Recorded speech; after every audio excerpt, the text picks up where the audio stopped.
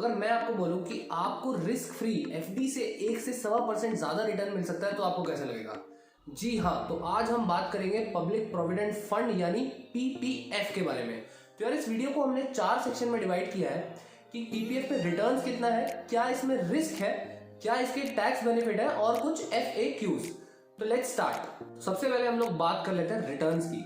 तो पीपीएफ में आपको करंटली 7.1% का इंटरेस्ट मिलता है और ये इंटरेस्ट हर 3 महीने में इंडियन गवर्नमेंट रिवाइज करती है। यूजुअली ये एफडी से, जितने भी मेजर बैंक्स हैं उनके एफडी रेट से 1 से 1.25% आपको ज्यादा ही मिलता है। मगर आप ये बात बोलेंगे कि बहुत सारे बैंक्स ऐसे हैं जो कि पीपीएफ के बराबर भी हमें रिटर्न्स देते हैं, तो क्यों हम लोग पीपीएफ में इन्वेस्ट करें? तो इसकी कुछ और बहुत सारी बातें हैं जो कि हम आगे इस वीडियो में जानेंगे। तो पहले हम लोग बात कर लेते हैं इसके मैच्योरिटी पीरियड की। तो इसका मैच्योरिटी पीरियड है 15 साल। तो 15 साल तक आपको अपना पैसा उसमें इन्वेस्टेड रखना है, तभी आपको उसका रिटर्न मिलेगा। मगर कुछ एक्सेप्शंस हैं जिनके बारे में भी हम डिस्कस करेंगे। उसके अलावा हम लोग बात करते हैं तीसरा जो है टैक्स बेनिफिट। तो पीपीएफ में आपको 1.5 लाख तक का टैक्स बेनिफिट मिल सकता है। तो मान लीजिए मैं साल के 10 लाख रुपए कमाता हूं, तो 10 लाख में से अगर मैंने 1.5 लाख रुपए इस पीपीएफ यानी पब्लिक प्रोविडेंट फंड में डाल दिया तो ये माना जाएगा कि मेरी ईयरली इनकम 8.5 लाख है और इस 8.5 लाख पे ही मुझे टैक्स देना है। एक और इंटरेस्टिंग बात इसकी ये है कि इसमें जो आपको टैक्स भरना है वो रिटर्न के बाद भी नहीं भरना है, जबकि एफडी में अगर आपने कोई एफडी बनाई है उसके बाद आपने रिटर्न कमाया है उसके ऊपर, तो आपने जितना एक्स्ट्रा पैसा कमाया है दैट इज टैक्सेबल इनकम। मगर पीपीएफ में वो इनकम भी टैक्सेबल नहीं है, इसीलिए ये एफडी से ज्यादा पॉपुलर और ज्यादा ल्यूक्रेटिव स्कीम भी मानी जाती है। अब हम बात करते हैं एज लिमिट के बारे में। तो वैसे तो पीपीएफ पे कोई एज लिमिट नहीं है, आप माइनर से लेके 80 साल तक के भी है तो आपका पीपीएफ अकाउंट खुल सकता है। मगर अगर आप माइनर एज में फॉल करते हैं तो आपका अकाउंट आपके गार्जियंस हैंडल करेंगे, या तो आपके पेरेंट्स या ग्रैंड पेरेंट्स आपका अकाउंट हैंडल करेंगे। एंड जैसे ही आप 18 साल क्रॉस करते हैं, जब आप एडल्ट हो जाते हैं, तब आप एक फॉर्म भर के उसका एक्सेस ले सकते हैं। तो अब हम बात कर लेते हैं टेन्योर के बारे में। तो जैसा कि मैंने बताया था कि पीपीएफ का टेन्योर होता है 15 साल, मगर किसी को लेट से पैसा निकालना है 15 साल से पहले, तो वो कैसे निकाल सकता है?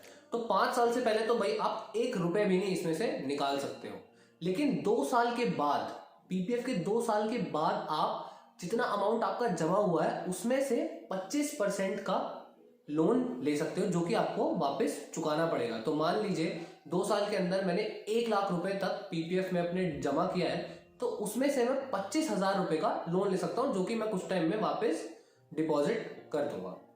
उसके अलावा अगर 5 साल क्रॉस हो गए हैं तो मैं अपने पीपीएफ में से डिपॉजिटेड अमाउंट का 50% अमाउंट निकाल सकता हूं। उसके अलावा अगर कोई इमरजेंसी केस आता है तो मैं प्री मैच्योर क्लोजर भी कर सकता हूं 5 साल बाद, जिसमें मुझे 100% पैसा निकालने का अलाउंस है। लेकिन ये बहुत एक्सट्रीम केसेस में होता है, जैसे कि कोई लाइफ थ्रेट हो गया या कोई मेडिकल इमरजेंसी हो गई, तो इन सारे केसेस में आप पैसा निकाल सकते हैं अपना पीपीएफ अकाउंट बंद करके। इसके अलावा हम लोग बात करते हैं कि कितना पैसा हम पीपीएफ में डाल सकते हैं।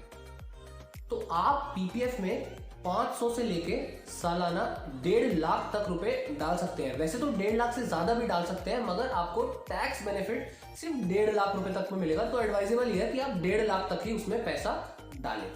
अब क्या मुझे पैसा मंथली डालना है, ईयरली डालना है या कैसे डालना है, ये भी मैं आपको बता देता हूँ। तो आप पीपीएफ में, जैसा कि मैंने बताया, 500 से ईयरली 1.5 लाख तक डाल सकते हैं। तो ये आपकी मर्जी है कि आप साल में एक बार पैसा डालना चाहते हैं या मंथली पैसा डालना चाहते हैं। बस ओवरऑल आपका मिनिमम लिमिट 500 है और मैक्सिमम वैसे 1.5 लाख है, लेकिन आप उससे ऊपर भी डाल सकते हैं। तो एक बहुत इंपॉर्टेंट एस्पेक्ट है पीपीएफ का, जो कि इसको और ल्यूक्रेटिव बना देता है, जो है लीगल इम्यूनिटी। तो मान लीजिए आपसे कोई गलती हो गई और उसका आपको किसी को जुर्माना भरना है, तो सरकार जनरली आपका जमीन, घर, गाड़ी ये सब लेके उसका ऑक्शन करके वो अमाउंट जनरेट करके जुर्माना ले लेती है। मगर पीपीएफ में आपके पास एक लीगल इम्यूनिटी है, जिसमें वो पीपीएफ सिर्फ आपका है और वो आपसे कोई भी नहीं ले सकता, चाहे आपको कितना भी जुर्माना भरना पड़े। तो वो पीपीएफ तो आपका कहीं नहीं जाएगा। तो इसलिए ये एफडी से भी ज्यादा ल्यूक्रेटिव स्कीम बन जाती है। तो एक और क्वेश्चन आता है जनरली एनआरआईज के थ्रू कि हम क्या पीपीएफ में इन्वेस्ट कर सकते हैं? नहीं, एनआरआईज पीपीएफ में इन्वेस्ट नहीं कर सकते। लेकिन अगर आप पहले इंडियन सिटीजन थे और आपने तब अपनी पीपीएफ स्कीम खोली थी और फिर आप एनआरआई बन गए, तो आपका पीपीएफ स्कीम को कोई भी अफेक्ट नहीं होगा। आपका पीपीएफ स्कीम वैसा का वैसा चलता रहेगा। लेकिन जो ऑलरेडी एनआरआई है वो नया पीपीएफ अकाउंट नहीं खोल सकते। तो आई होप आपको पीपीएफ के बहुत ही सारे एस्पेक्ट्स के बारे में इस वीडियो के थ्रू पता चला होगा। अगर आपको ये वीडियो पसंद आया तो प्लीज़ इस वीडियो में लाइक ज़रूर कर देना और शेयर कर देना अपने दोस्तों के साथ, और इस चैनल को सब्सक्राइब जरूर कर देना। एंड हम आपके लिए और ही ऐसे इंटरेस्टिंग फाइनेंस की वीडियो लाते रहेंगे। इस वीडियो के लिए इतना ही, धन्यवाद।